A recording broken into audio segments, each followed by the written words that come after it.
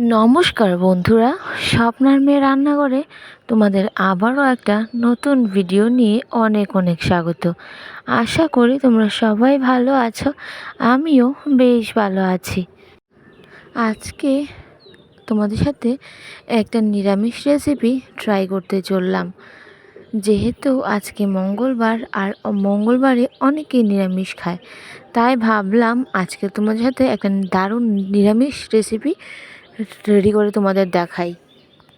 প্রথমেই সবগুলো ইনগ্রিডিয়েন্টস তোমাদেরকে দেখিয়ে দিলাম, আর এগুলো দিয়ে কী রান্না করছি এখন সেটাই তোমাদের দেখানোর পালা। প্রথমেই গ্যাসের চুলায় আগুনটা ধরিয়ে কড়াইটা বসিয়ে দিলাম।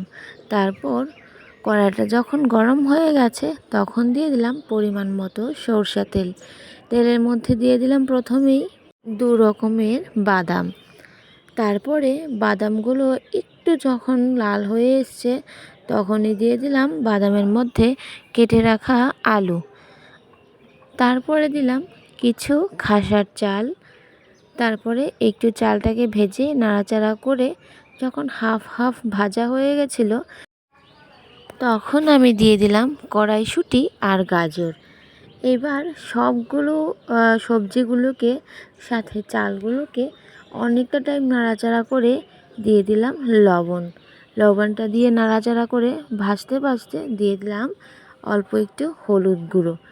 এখন সবগুলো ইনগ্রিডিয়েন্টস যা আছে সবগুলোকে ভালো মতো ভেজে নিব।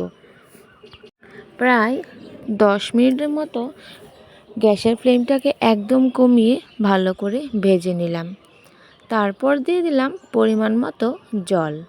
এই নিরামিষ তরকারিটা কিন্তু বাচ্চাদের খুব সহজে খাওয়ানো যায়, কারণ অনেক বাচ্চারাই কিন্তু সবজি খেতে চায় না।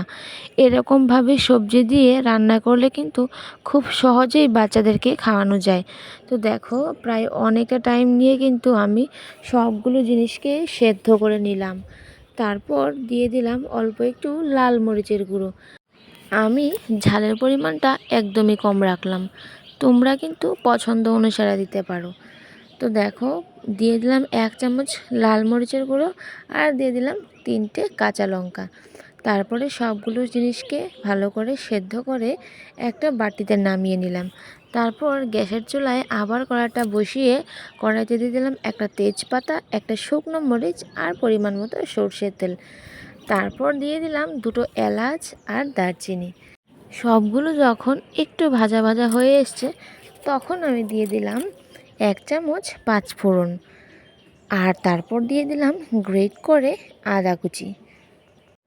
এইরকমভাবে আদা কিন্তু তরকারিতে দিলে খুবই ভালো লাগে। আদাগুলো একটু একটু দানা দানা ভাব থাকে আর আদার একটা স্মেলও থাকে। তো দেখো, আদাটা দিয়ে সম্ভারটা যখন একদম পুরো গরম হয়ে গেছিলো তখন আমি সেদ্ধ করে রাখা সবজিগুলো দিয়ে দিলাম। তারপর একটু নাড়াচাড়া করে দিয়ে দিলাম অল্প একটু জিরের গুঁড়ো, অল্প একটু গরম মশলার গুঁড়ো আর দিয়ে দিলাম 1 চামচ ঘি। এবার ভালো মতো নাড়াচাড়া করে 5 মিনিটের জন্য রেখে দিলাম জাল হওয়ার জন্য। তো দেখো, এদিকে কিন্তু অলমোস্ট কমপ্লিট এই নিরামিষ রেসিপিটা। তো সর্বশেষে এখন আমি গ্যাসের ফ্লেমটাকে অফ করে দিয়ে দেব স্বাদটাকে ব্যালেন্স করার জন্য অল্প একটু চিনি। চিনির পরিমাণটা পুরো তোমাদের ইচ্ছা। যদি মনে করো যে ভালো লাগবে খেতে তাহলে দিতে পারো, আর যদি মনে করো যে না দেবে না সেটাও দিতে পারো, স্কিপ করে নিতে পারো। তো চলো, আজকের জন্য রান্নাটা কমপ্লিট। তোমাদের কীরকম লাগলো জানিও কিন্তু। নিরামিষের দিনে এভাবে আমার মতো করে তরকারিটা বানিয়ে দেখো, অবশ্যই ভালো লাগবে। তো চলো, আজকের জন্য এখানেই বিদায় নিচ্ছি। সবাই ভালো থাকো, সুস্থ থাকো আর অনেক অনেক হ্যাপি থাকো। স্বপ্নার মেয়ের রান্নাঘরের তরফ থেকে তোমাদের সবাইকে আবারও অনেক অনেক ধন্যবাদ। আমি এবার করি খাওয়া দাওয়া, আর তোমরা কিন্তু ঝটপট বানিয়ে নাও আমার মতো নিরামিষ দিনে এই দারুণ রেসিপিটা। তো চলো, আজকের জন্য টাটা।